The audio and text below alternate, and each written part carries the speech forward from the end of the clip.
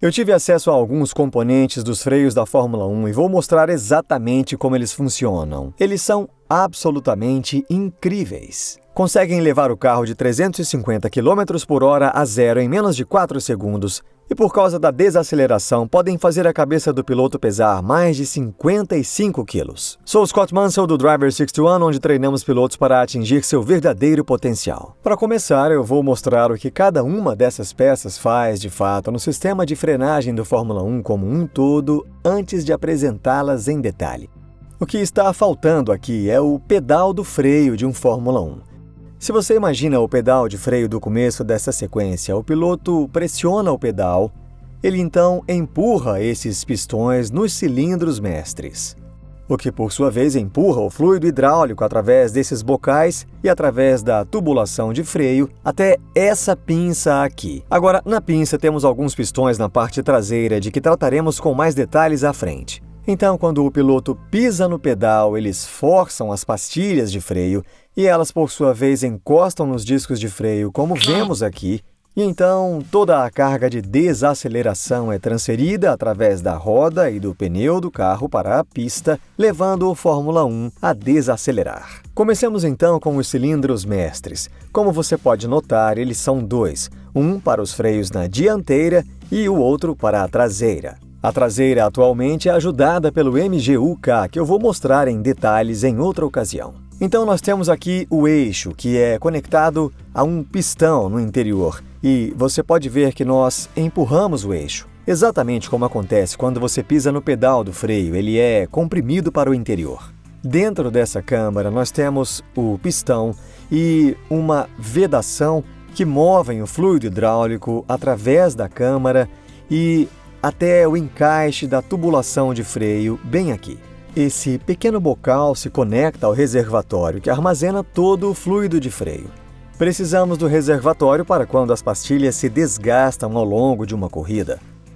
Obviamente que o material da pastilha fica menor e menor e menor, e assim os pistões terão de avançar mais e mais, e nós precisamos preencher esse espaço com fluido. Se você imagina o interior deste cilindro mestre aqui, nós temos o eixo, um pistão nele, e justo nessa área aqui há um pequeno orifício que então proporciona a passagem do fluido. E aí, quando você vai frear e pressiona o pedal, esse pistão aqui dentro cobre o pequeno orifício e aí transforma o restante do sistema num circuito fechado. Como eu mencionei antes, nós temos dois cilindros mestres, e você pode ver que eles são capazes de flutuar sua posição assim. A razão para isso é permitir ao piloto alterar o balanço de freio ou brake bias. O balanço de freio é a diferença da força de frenagem entre a dianteira e a traseira do carro. Um carro de Fórmula 1, por causa de sua distribuição de freio, habitualmente tem 55% da força de frenagem no eixo dianteiro e 45% no eixo traseiro. Isso pode ser feito mecanicamente por essa parte do sistema de frenagem que é basicamente um pivô. Eu vou tirar aqui e você pode ver então que há um parafuso de rosca na parte inferior. Então veja que quando o piloto rosqueia numa direção ou na outra, ele transfere a força de frenagem da dianteira para a traseira e pode chegar ao equilíbrio perfeito. Hoje isso é feito por um motor eletrônico, mas antes era regulado por um botão giratório no painel do piloto. Mas essencialmente é o mesmo sistema. Nós estamos apenas alterando a força de alavanca de um lado para o outro, para então movê-la para a frente ou a traseira do carro. De fato, hoje você consegue ver os pilotos mudando o balanço de freio no volante entre curvas. Eles giram um pequeno display rotativo e isso move o balanço de freio para frente ou para trás. E você deve se perguntar por que um piloto precisa fazer isso entre curvas de uma mesma pista. Bem, cada curva possui uma característica ligeiramente diferente. Pode ser uma diferença sutil no asfalto, talvez alguma elevação ou inclinação, e então o balanço de freio terá de ser levemente diferente. Então, quando movemos o pistão no cilindro mestre, o fluido sai pelo topo aqui e movimenta a tubulação de freio. Não há muito para dizer das tubulações de freio, elas são feitas com uma malha de aço e uma canalização interna de borracha. O fluido desce aqui pela tubulação e então ele chega à pinça exatamente por esse orifício aqui. Você pode ver que nos carros de rua a pinça é montada na horizontal aqui, mas em um carro de Fórmula 1 ela abraça o disco mais próximo da parte inferior, mais raramente nela. E a razão para fazer isso é manter o centro de gravidade o mais baixo possível. Isso significa que o carro pode fazer uma curva um pouco mais rápido. A razão por que a pinça não fica na parte de baixo do disco é porque em seu topo, como você pode ver aqui, há uma espécie de porca. Na verdade, isso é um dreno para sangria. O sistema de freios de um Fórmula 1 usa fluido hidráulico que não é comprimido. Contudo, se algum ar entra no sistema, o que pode acontecer uma vez ou outra, isso causa uma sensação esponjosa no pedal de freio, porque afinal você está comprimindo o ar. E os pilotos não querem isso, já que diminui bastante a precisão e provoca um feeling horrível no pedal. Então, entre as sessões de uma prova, as equipes sangram os freios. E isso significa forçar a saída do ar do fluido para empurrar o ar para fora. E esse dreno de sangria é onde se abre o sistema para deixar o fluido escorrer e o ar sair. Assim, esses drenos precisam estar no topo para que o ar realmente saia. Então, quando você olha a pinça, você nota que os pistões têm, na verdade, tamanhos diferentes. O diâmetro dos pistões, e eles são 6 ao todo, se torna maior ao longo da pinça quando você vai em direção ao topo. E por que isso acontece? Parece estranho aplicar forças que são diferentes ao longo da pastilha.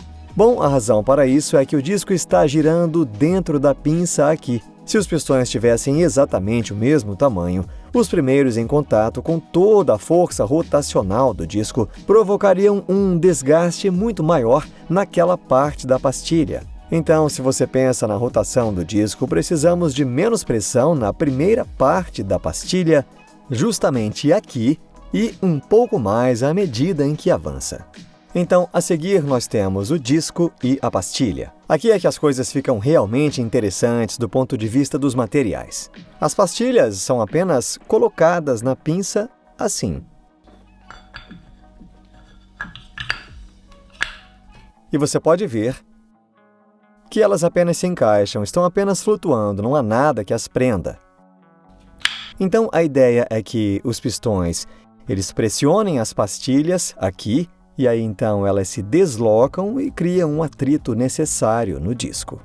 As pastilhas e o disco são feitos de um material composto chamado carbono-carbono, o que parece um nome estranho, mas na verdade são dois tipos de carbono que juntos criam um material incrivelmente forte e resistente ao calor.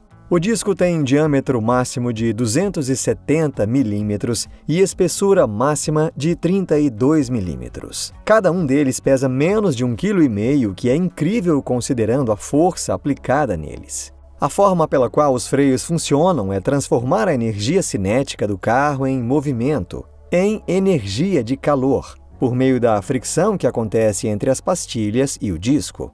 E por causa de todas as forças e velocidades envolvidas na Fórmula 1, esses freios precisam trabalhar numa faixa de temperatura absolutamente impressionante.